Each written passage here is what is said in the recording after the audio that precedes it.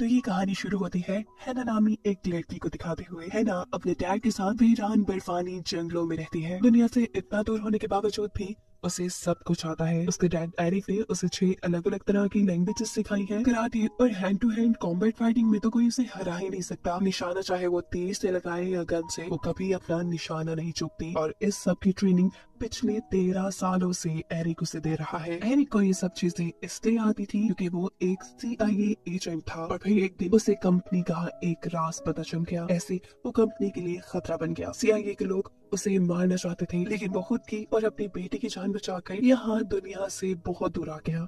रात में जब बहरे हैना को म्यूजिक के बारे में पढ़ा रहा था, तो तब हैना उसे कहती है कि मैं उसे खुद अपने कानों से सुनना चाहती हूँ, मैं बाहर दुनिया में जाना चाहती हूँ। जिसके जवाब में एरिक कहता है, तुम जानती हो ना कि बाहर की दुनिया तुम्हारे लिए सेफ नहीं। हैना कहती है, नहीं डैड, मुझे नहीं लगता। मुझे लगता है कि मैं दुनिया में जाने के लिए तैयार हूँ। मैं अब हर मुश्किल का सामना करने के लिए तैयार हूँ। उसकी ये बात कहते ही एरिक एक गड्ढा खोलकर एक डिवाइस उसके सामने लेके आता है। वो इस डिवाइस को हैना के सामने रखता है और कहता है, इस स्विच को दबाते ही CIA को हमारी लोकेशन का पता चल जाएगा, लेकिन इस स्विच को सोच समझ कर दबाना। इसको दबाने के बाद तुम्हारे पास पीछे आने के सभी रास्ते बंद हो जाएंगे और उस टाइम पर तुम्हें हर हाल में CIA की एजेंट मेरिसा को मारना होगा, जो तुम्हें और मुझे मारना चाहती है। एरिक की सारी बातें करते हुए ही हैना बगैर डरे उस स्विच को दबा देती है। CIA को फौरन उनकी लोकेशन का पता चल जाता है और अब CIA की एजेंट मेरिसा एक मीटिंग बुलाती है। वो मीटिंग में सबको बताती है कि एरिक का पता चल चुका है।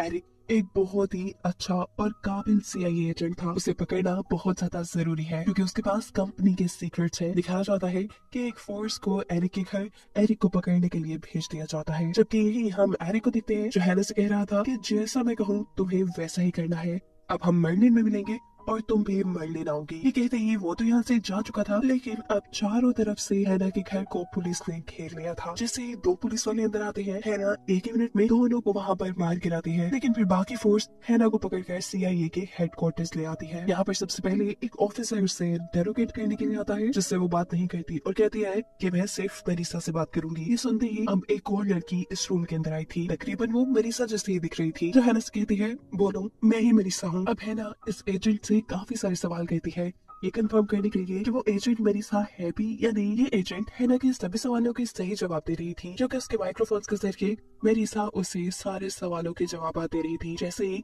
हैना को ये बात कंफर्म हो जाती है कि वो मेरिसा ही है, तो वो उससे गले लग के रोने लग जाती है। ऐसे में बाहर जो एजेंट्स थे हैना पर नजर रखे हुए, उन्हें खतरा महसूस होता है और वो लोग हैना को बेहोश करने के लिए एक इंजेक्शन लेकर अंदर बढ़ते हैं। जैसे ही वो अंदर आते हैं, हैना बड़ी ही आसानी से उन दोनों एजेंट से लड़ते हुए उन्हें गिरा देती है। उसे कर लेते ही वो सबसे पहले मेरिसा बनी हुई एजेंट का मर्डर करती है और फिर बाकी दोनों एजेंट्स का मर्डर करते ही वो यहाँ के सिक्योरिटी कैमरास भी शूट करके तोड़ देती है। जिसके बाद वो यहाँ से भाग चुकी थी। मेरिसा जो दूसरे चैम्बर में बैठी ये सब कुछ देख रही थी, वो बहुत ज्यादा शॉक थी। यहाँ CIA के लैब में हैना का ब्लड टेस्ट भी हो रहा था और उसके DNA में इन लोगों को कुछ एबनॉर्मल मिलता है। वे उस रिपोर्ट को देख रहे थे कि हैना लैब के अंदर भी आती है और अपनी मेडिकल रिपोर्ट लेकर यहाँ से भाग जाती है। इस टाइम पर बहुत से एजेंट्स उसे पकड़ने के लिए आती है, लेकिन वो सभी को चकमा देके टनल्स के जरिए यहाँ से निकलने में कामयाब रहती है। टनल की दूसरी ओपनिंग एक सहरा में थी। इसी वक्त पर हैना के ऊपर से कुछ गाड़ियां गुजरती हैं, जिनके साथ लटकते हुए वो काफी दूर पहुंच जाती है और यहाँ पर उसे मिलते हैं 2 बहन भाई, जिसमें से बहन का नाम है सोफी। सोफी उसे लिफ्ट देने की ऑफर करती है, लेकिन हैना को यहाँ अकेले चलना ही ज्यादा बेहतर लग रहा है। सीन कट होकर हमें मेरिसा को दिखाया जाता है, जो अपने लॉकर से एरिक की फाइल निकाल कर चला रही थी। आखिर उसकी एरिक और हैना से क्या दुश्मनी है, ये जानने के लिए स्टोरी फ्लैशबैक में जाती है, जहाँ दिखाया जाता है कि मेरिसा ने एरिक की गाड़ी पे हमला कर दिया है। इस वक्त एरिक की गाड़ी में हैना की मॉम और हैना भी थी। मेरिसा के किए हुए हमले की वजह से हैना की मॉम बढ़ जाती है और एरिक हैना को लेकर वहाँ से जंगलों में भाग जाता है और तभी से मेरिसा उसे ढूंढ रही थी। दूसरी तरफ दिखाया जाता है कि हैना चलते चलते एक करीबी गांव तक पहुंची है, जहाँ वो दिखती है कि काफी लोग कपड़े धो रहे हैं। इन्हीं में से कुछ लोगों के कपड़े चुराकर वो वहाँ एक होटल में जाती है। हैना के पास इस टाइम पैसे नहीं थे। वो होटल मालिक से मदद करने को कहते हुए उससे एक फ्री में रूम मांगती है। इस होटल का मालिक तो एक अंग्रेज को अरबी में बात करते हुए देखकर ही इम्प्रेस हो चुका था। वो उसे रहने के लिए कमरा दे देता है। रात में इसी होटल के अंदर उसे सूफी भी मिलती है। वो उसे अपने साथ डिनर पे इनवाइट कर लेती है और ये लोग यहाँ बहुत बातें करते हैं। सुबह होने पर सूफी की फैमिली अपने घर के लिए वापस चली जाती है और उन्हीं की गाड़ी में छुपकर हैना भी उनके पीछे निकल जाती है, जबकि पीछे से CIA एजेंट होटल के मालिक को पकड़ लेते हैं हैना का पता चलाने के लिए। और CCTV कैमरास को चेक करने पर पता चलता है कि हैना सूफिया की फैमिली की गाड़ी में बैठकर भाग चुकी है, जिसके बाद CIA एजेंट्स इस बुढ़े आदमी को मार देते हैं। यहाँ दिखाया जाता है कि एरिक भी पानी के रास्ते से शहर पहुंच चुका था, जिसे सबसे पहले 2 पुलिस ऑफिसर्स देख लेते हैं। इससे पहले कि वो उसे मार देते, एरिक खुद ही उनको मारकर पानी में गिरा देता है और इस चीज की खबर मेरिसा को भी हो जाती है।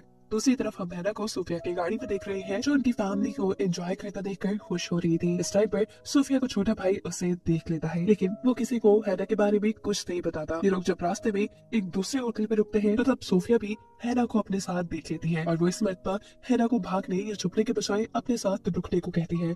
और इस मरतबा हैना भी उसकी बात मान चुकी थी और यहाँ पर हैना सोफिया को बताती है कि वो अपने डैड से मिलने के लिए मर्लिन जा रही है। इसी होटल में सोफिया के साथ ये लोग एक लड़के से मिलते हैं, जिसकी हैना से दोस्ती हो जाती है। ये लोग बाइक के सैर करते हैं, बहुत एंजॉय करते हैं और जैसे ही ये लड़का हैना के साथ कोई बदतमीजी करने की कोशिश करता है तो हैना उसे बुरी तरह पटक कर जमीन पे गिरा देती है। यहाँ दिखाया जाता है कि मेरिसा हैना को ढूंढते ढूंढते हैना की नानी के घर पहुंच चुकी थी। वो यहाँ इस ओल्ड लेडी से हैना के बारे में पूछती है, लेकिन जब वो कोई जवाब नहीं देती तो मेरिसा बिना रहम दिखाए उसके सर पे शूट करते हुए उनको मार देती है। सीन कट होकर एरिक को दिखाया जाता है, जो कि हैना से मिलने के लिए जा रहा था। रास्ते में जब वो नोटिस करता है कि बहुत से लोग उसका पीछा कर रहे हैं तो वो उन सबसे छुटकारा पाने के लिए खुद एक बेसमेंट में आ जाता है। उसके पीछे ही उसका पीछा करने वाले लोग भी आ चुके थे, जिन सबको वो मिनटों में ही हराते हुए यहाँ से निकल चुका था। और इन गार्ड्स के ही वॉकी टॉकी से एरिक को ये पता चलता है कि वो गार्ड्स और किसी के नहीं बल्कि मेरिसा के थे। अब एरिक मेरिसा से बात करते करते उसके घर पहुंच जाता है और उसके एक गार्ड को गोली मारकर उसके घर के अंदर घुसाता है, लेकिन मेरिसा भी चालाक थी, वो उसके घर के अंदर आने से पहले ही यहाँ से भाग चुकी थी। दूसरी तरफ हमें हैना को दिखाया जा रहा था, जो सोफिया के साथ वैन में बैठी हुई थी। यहाँ सोफिया के मॉम को पता चलता है कि कोई उनका पीछा कर रहा है। ये बात हैना को भी पता चल जाती है। हैना चाहती थी कि ये सब लोग उसी के पीछे पड़े हुए हैं। वो यहाँ एक फैसला करते हैं इस फैमिली को बचाने का। वो सोफिया से कहती है, जो भी हो जाए मेरे पीछे मत आना, और ये कहकर वो गाड़ी से निकलकर वहाँ से भाग जाती है। जहाँ पर मेरिसा के भेजे हुए लोग उसका पीछा करते हैं, लेकिन वो स्टोरेज में पड़े कंटेनर्स के अंदर अपने आप को गायब करके उनसे बच जाती है। और जैसे ही उनमें से एक आदमी की नजर हैना के ऊपर पड़ती है तो हैना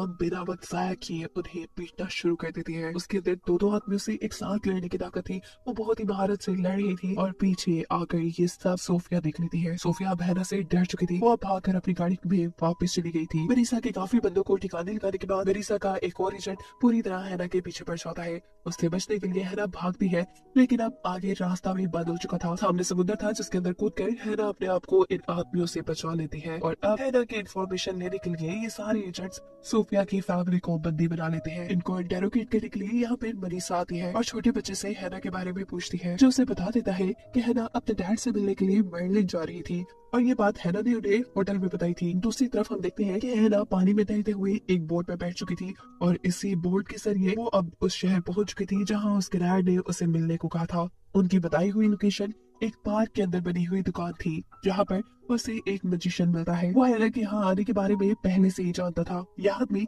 हैना को एक लेटर और एक पासपोर्ट देता है, साथ में एक एड्रेस भी। बातों ही बातों में ये मैजिशियन हैना को बताता है कि मैं तुम्हारी मॉम को जानता था, वो एक बहुत अच्छी सिंगर थी और मेरी बहुत अच्छी दोस्त भी। वो हैना की मॉम का गाना भी यहाँ पे प्ले करता है और यहाँ हैना पहली मर्तबा अपने कानों से वो गाना सुन पाती है। अभी ये लोग एंजॉय कर रहे थे कि इतने में मेरिसा और उसके लोग उसे ढूंढते हुए यहाँ आ चुके थे। जिसको ये मैजिशियन देख चुका था वो हैना से छुपने को कहता है। यहाँ मैजिशियन के घर आते ही एजेंट्स मैजिशियन को मारना शुरू कर देते हैं और उससे एरिक और हैना के बारे में पूछते हैं, लेकिन यह आदमी कुछ भी बताने से साफ इनकार कर देता है। इतने में यहाँ पर मेरिसा को अपने उस एजेंट की कॉल आती है जिसने उसे हैना को पकड़ने के लिए भेजा हुआ था। हैना की इंफॉर्मेशन निकालने पे उसे ये बात पता चलती है कि एरिक ने हमेशा हैना से झूठ बोला हुआ है कि वो हैना का बाप है। असल में वो आपके उस एक्सपेरिमेंट के बारे में सब कुछ जानता है जिसको आप सालों पहले ही बंद कर चुकी है। मेरिसा और उसके एजेंट की ये सारी बातें हैना भी सुन चुकी थी और सबसे ज्यादा इस बात ने उसे सदमा दिया था कि एरिक ने हमेशा उससे उसके बाप होने का झूठ बोला। इन सबके यहाँ से जाने के बाद वो पिछले दरवाजे से यहाँ भागती है और नेट कैफे में जाकर अपने डैड गिनी एरिक के बारे में सर्च करती है, जहाँ उसे ये बात पता चल जाती है कि एरिक तो मैरिड भी नहीं था। यानी मेरिसा और उसके एजेंट जो भी बातें कर रहे थे वो सब सच थी। एरिक सच में उसके डैड नहीं थे। अब वो मैजिशियन के दिए एक एड्रेस पे जाती है।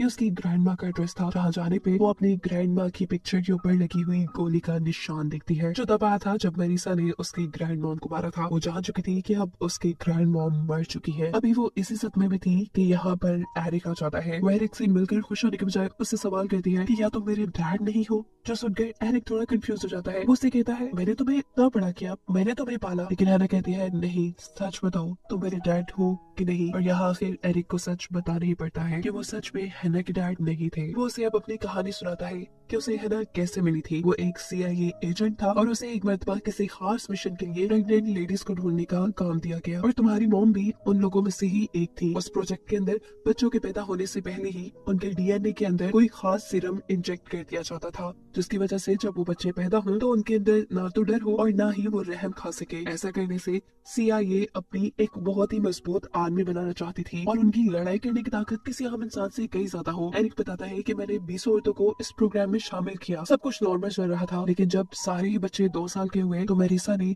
उस रिसर्च फैसिलिटी को बंद करवा दिया। उसने बहुत से लोगों को मार दिया। वो तुम्हें भी मारना चाहती थी, लेकिन मैं तुम्हें बचाकर वहां से दूर ले गया। उसने जब हम पर हमला किया तो तुम्हारी मॉम उस हमले में मारी गई। एरिक बताता है कि मैं जानता हूँ कि मेरिसा अपनी इस एक्सपेरिमेंट का नामो निशान मिटाना चाहती थी और इसलिए वो कभी भी तुम्हें ढूंढ कर मार देती। तुम्हारे ऊपर कोई भी खतरा न आए, इसीलिए मैं 13 साल तुम्हें ट्रेन करता रहा ताकि तुम अपना सेल्फ डिफेंस कर सको। तुम मानो या ना मानो, मैं तुमसे बहुत प्यार करता हूँ। बेशक मैं तुम्हारा असली डैड नहीं हूँ, लेकिन एक बाप से ज्यादा तुम्हें प्यार करता हूँ। ये सारी बातें सुनकर हैना को और भी ज्यादा गुस्सा आ चुका था। इतनी बड़ी सच्चाई वो आज जान रही थी। उसकी पूरी जिंदगी धोखा थी। वो यहाँ से जाने लगती है।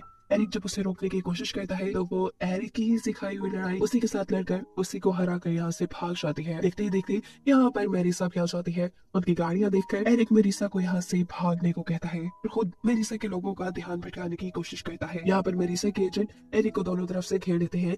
एरिक यहाँ दोनों से अच्छा लड़ता है और दोनों को ही हरा देता है। इससे पहले कि वो उन दोनों को मार देता, पीछे से मेरिसा गोली चलाकर उसे ही मार देती है। दिखाया जाता है कि हैना अब उसी मैजिशियन के घर गई थी जहाँ उसे एरिक ने पहली मर्तबा आने को बोला था, लेकिन यहाँ ये मैजिशियन भी मर चुका था। पीछे पीछे मेरिसा भी उसे ढूंढते हुए पहुंच चुकी थी। हैना के पास इस वक्त मेरिसा से लड़ने के लिए कोई हथियार नहीं था। वो अब मैजिशियन की बॉडी से वो हथियार निकालती है जिसके जरिए उसे मारा गया था। वो यहाँ से भागने की जब कोशिश कर रही थी तो सामने से बंदूक लिए मेरिसा आ चुकी थी, जहाँ वो हैना से कहती है कि मैं तुम्हारी मदद करना चाहती हूँ। हैना जवाब में कहती है नहीं, मुझे किसी की मदद नहीं चाहिए, सब खत्म हो चुका है, मैं अब किसी को कुछ नहीं करना चाहती, तुम भी मेरे रास्ते से हट जाओ। इससे पहले कि ये दोनों ही यहाँ से चले जाते, ये दोनों एक दूसरे के ऊपर हमला करती है, जहाँ मेरी साथ तीर लगने से जख्मी हो जाती है और हैना के पेट में गोली लगती है। लेकिन जैसा हमें पहले पता है कि उसके DNA में कोई एक्स्ट्रा पावर थी, वो इस गोली लगने के बावजूद भी उठ चुकी थी। वो इस वक्त मेरिसा का पीछा करती है, जहाँ जख्मी मेरिसा अपने आप को हैना से बचाने वाली थी। यहाँ से भागने की कोशिशों में गलती से मेरीना का पाँव स्लिप होता है